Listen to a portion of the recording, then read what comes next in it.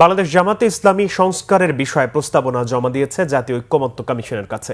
সকালে সংসদ ভবনে স্থাপিত কার্যালয়ে দলের সেক্রেটারি জেনারেল মিয়া গোলাম পারওয়ার লিখিত প্রস্তাবনা জমা দেন। জাতীয় ঐক্যমত্য কমিশনের সহসভাপতি আলী রিয়াজ বলেন, রাজনৈতিক দলগুলোর মধ্যে সংস্কারের ব্যাপারে কোনো সংশয় নেই।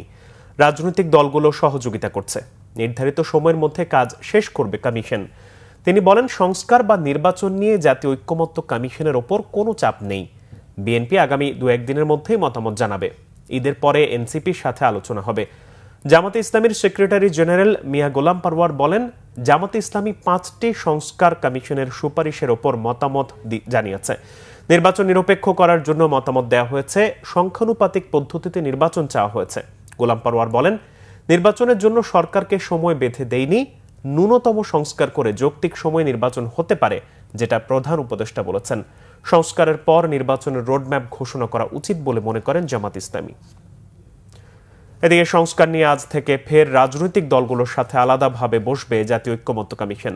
প্রথম পর্যায়ে এলডিপির সাথে বিকাল 3টায় আলোচনার সময় নির্ধারণ করা হয়েছে। পর্যায়ক্রমে অন্য দলগুলোর সাথেও আলোচনার সময়সূচি ঘোষণা করা হবে। জাতীয় ঐক্যমত্য কমিশনের এক সংবাদ বিজ্ঞপ্তিতে এই তথ্য জানানো হয়।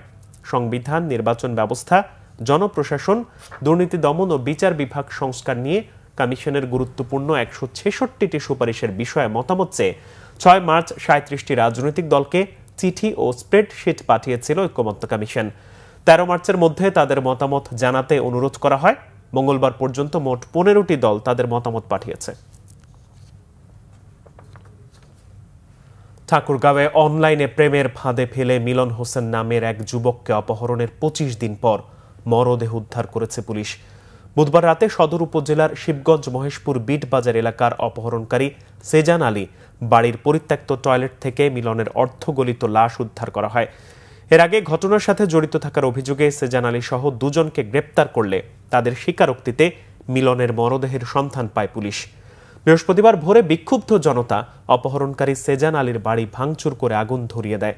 পীরগঞ্জ উপজেলার খনগাঁও এলাকার পাঞ্জাব আলীর ছেলে মিলন হোসেন দিনাজপুর পলিটেকনিক কলেজের ছাত্র ছিলেন। গত 23 ফেব্রুয়ারি ঠাকুরগাঁও পলিটেকনিকের পেছনে প্রেমিকার সঙ্গে দেখা করতে গিয়ে নিখোঁজ হন মিলন। ভুক্তভোগীর পরিবারকে মুঠো ফোনে অপহরণের বিষয়টি জানায় অপহরণকারীরা। পরে কয়েক দফায় মুক্তিপণের 25 লাখ টাকা হাতিয়ে নেয় তারা। জাতীয় সংসদ নির্বাচনের 5 এজেন্ডা নিয়ে বৈঠকে বসতে যাচ্ছে নির্বাচন কমিশন। আজ নির্বাচন ভবনের সম্মেলন কক্ষে এ বৈঠক অনুষ্ঠিত হবে। নির্বাচন কমিশনের পক্ষ থেকে এরই মধ্যে এই সংক্রান্ত অফিস আদেশ জারি করা হয়েছে। এতে উল্লেখ করা হয়েছে, আজ নির্বাচন কমিশনার মোহাম্মদ আনোয়ারুল ইসলাম সরকারের সভাপতিত্বে সীমানা পুনর্নির্ধারণ, রাজনৈতিক দলের নিবন্ধন, জাতীয় এবং স্থানীয় সরকার প্রতিষ্ঠানের নির্বাচন প্রস্তুতি, ভোট কেন্দ্র স্থাপন, ভোট গ্রহণকারী কর্মকর্তাদের প্যানেল প্রস্তুত ও তদারকি এবং উপকারভোগী পর্যায়ে আলোচনা বিষয়ক কমিটির সভা অনুষ্ঠিত হবে। ভারতে 2 বছর কারাভোগের পর বেনাপোল চেকপোস্ট দিয়ে দেশে ফিরেছেন নারী, শিশু সহ 21 বাংলাদেশি। বুধবার রাতে ভারতীয় পুলিশ বিশেষ ট্রাভেল পারমিটের মাধ্যমে তাদের বেনাপোল ইমিগ্রেশন পুলিশের কাছে হস্তান্তর করে। ফেরত আসা ব্যক্তিরা খুলনা ও বাগেরহাট জেলার বাসিন্দা। Benapole immigration officer in charge Ibrahim Ahmed জানান, 2.5 বছর আগে তারা দালালদের মাধ্যমে ভারতে যান। কলকাতা শহরে বিভিন্ন জায়গায় কাজ করার সময় পুলিশ তাদের আটক করে। পরে তাদের 2 বছরের কারাদণ্ড দেয় আদালত। সাজার মেয়াদ শেষে 2 দেশের স্বরাষ্ট্র মন্ত্রণালয় একাধিক চিঠি আদান প্রদানের পর বিশেষ ভ্রমণ পারমিটের মাধ্যমে দেশে ফেরত পাঠায় ভারতীয় পুলিশ। এই ছিল এখনকার মতো। পরের সংবাদ বেলা 12টায় দেখার আমন্ত্রণ রইল।